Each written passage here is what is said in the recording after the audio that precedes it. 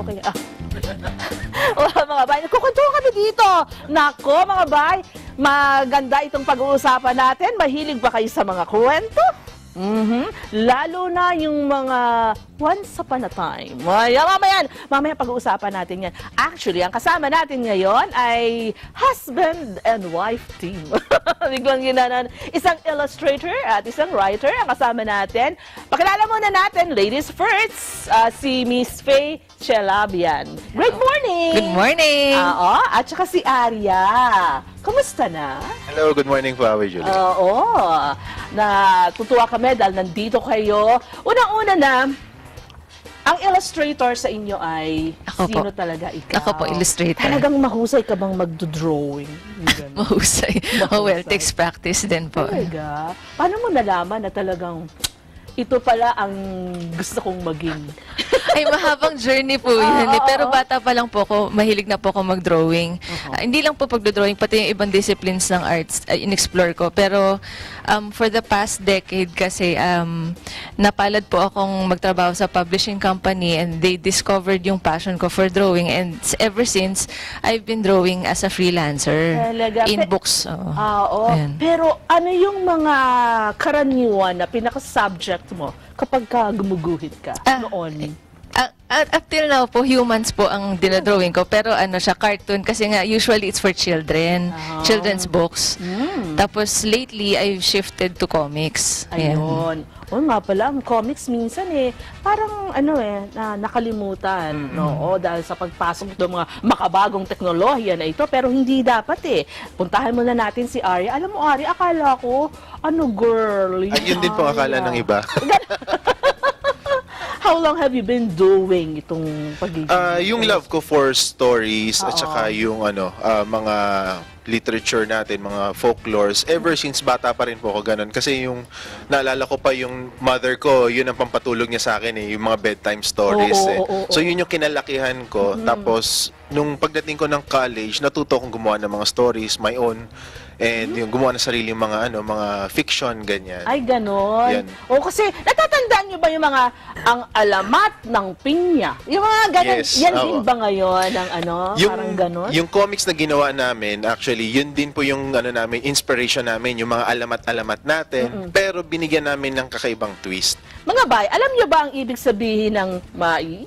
Yeah. Ayan, di nyo alam ako rin Tanong ko lang sa kanila, ano ibig sabihin yan? Ito po ang noon pa natawag sa Pilipinas. Yes. Opo, bago naging Pilipinas ang Pilipinas. Bago naging Pilipinas, Mai muna. Mai muna, yun ang tawag pala. Ayun. So, ito ay ang laman nito, iba't iba kanto, istorya. Oo.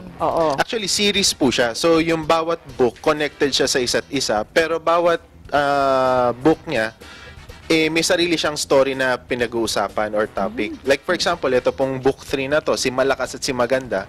Alam natin, di ba, yung kwento ni Malakas at ni Maganda? Oo, ayan. Ayan.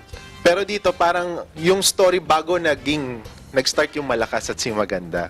Ay, So, kumbaga, ganon. parang ano yung nag-trigger? Bakit lumabas yung bamboo? Bakit lumabas si Malakas at Si Maganda? Bakit nga ba lumabas ang bamboo? Ayun. So, yun Wala rin yung explanation dun sa usual na story. Ay, ganon Opo. pala yun. Ginawa namin ng reason. ginawa namin ng kwento. Bakit? Ay, nako, yung mga taga-homework, yung mga taga-kids corner.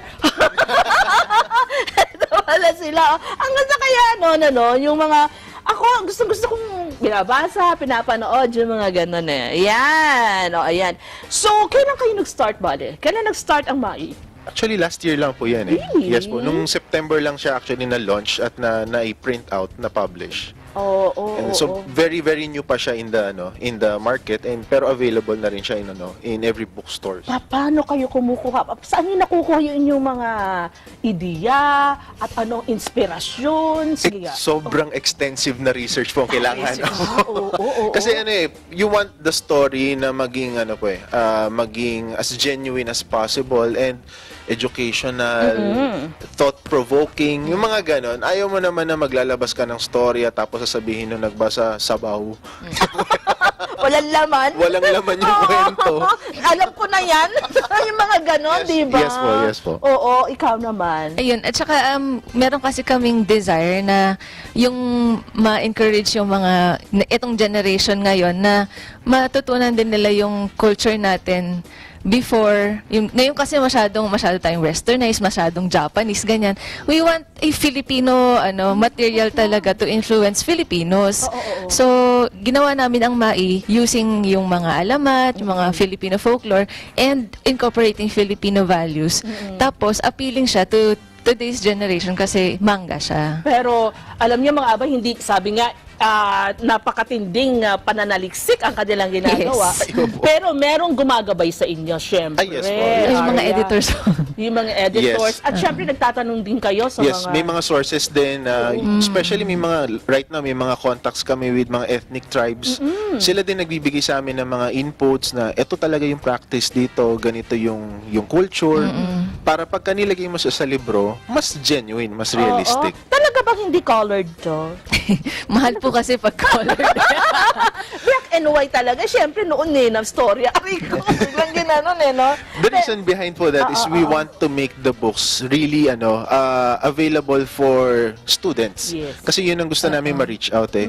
Kung Mura lang. sobrang mahal naman nung libro, 'di ba? Sinong gusto magbasa? Kahit gusto nilang basahin parang Mahal. hindi kaya eh. Pero ang target market talaga ay, Teenagers po. Teenagers. Yes. Siyempre, it's out of their pocket money lang, so dapat mura lang. Opo. Oo. At Ayan. sa lahat ng ating mga abay, nag-iisip, ay ako din, mahilig din akong mag-drawing. At ako rin mahilig gumagawa ng kwento. Ano pwede maipayo ninyo sa kanila?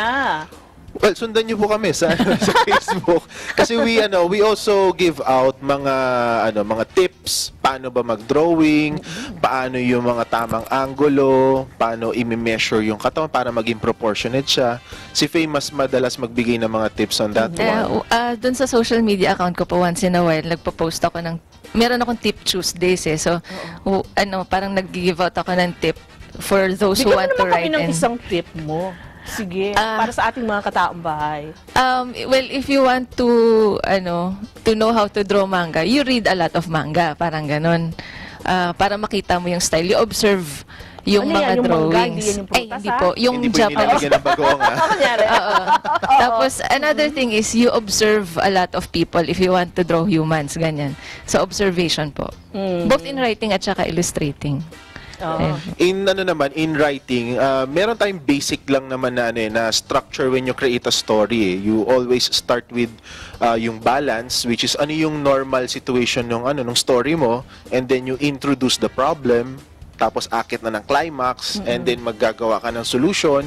Then dun magda-die down, babalik ka ulit sa normal. Wala pang lumalapit sa inyo para, uy, gawin natin sa TV o gawin natin sa pelikula. Wala pa namang Naghihintay pa po kami. Naghihintay. May napapahaging yan, May diba? mga Pero hindi pa napapahaging. nagmamaterialize sa mga bagay-bagay. Ayun, oo. Kung gusto natin lalong mapaunlad ang ating kultura, Yes. oo, at malaman natin ano ba talaga ang tunay na kasaysayan ng Pilipinas, mga bay. Ito, malaki ang maitutulong nitong mga ganitong klaseng Yes. oo, comic books ba? Yes, Tapos, ma'am. oo, tama. Baka meron pa kayong gustong sabihin o batiin kaya, Arya. Binabati po namin yung mga taong tumulong sa amin sa paggawa nito. Sila Ate Joy, sila Ate Daph, sila Chris and Kay, yan, sila Silay, yan. Thank you po sa mga tumutulong sa amin. One last na lang. Ito, katulad nitong Si Malakas at Maganda. Gaano katagal to ginawa? Si Malakas at Si Maganda. 1 month po from isang buwan. scratch to Talaga. to sketch. Kasama na dito yung niyo, research and everything. Hindi pa po. Hindi pa. po. Yung research is prior to that pa. Talaga Yung naman, research goes back to like mga 1 or 2 years ago pa. Parang ganun. Okay. So, congratulations and Thank you good po. luck dito. Ay, thank you po so much, Arya, Ava thank Julia. you. Thank you po. And Thank you po. Faye. Mga bay, marami pa tayong pag-uusapan dito sa Taong Bahay. Doon sa nangyari na ginawa kaninang earthquake drill, yung Metro Manila Shake Drill, mga bay. Kung sakasakali sa mga panahon ng mga paglindol, di ba, hindi na iwasan yung mga nasusugatan. Ano kaya ang dapat na gawin? Sasagutin yan ni Doc Louie Gutierrez. And of course, kasama si Abay Maylin. At mamaya, ano ba yung federalismo? Pag-uusapan yan with Mami Liz. Babalik kami, mga bay.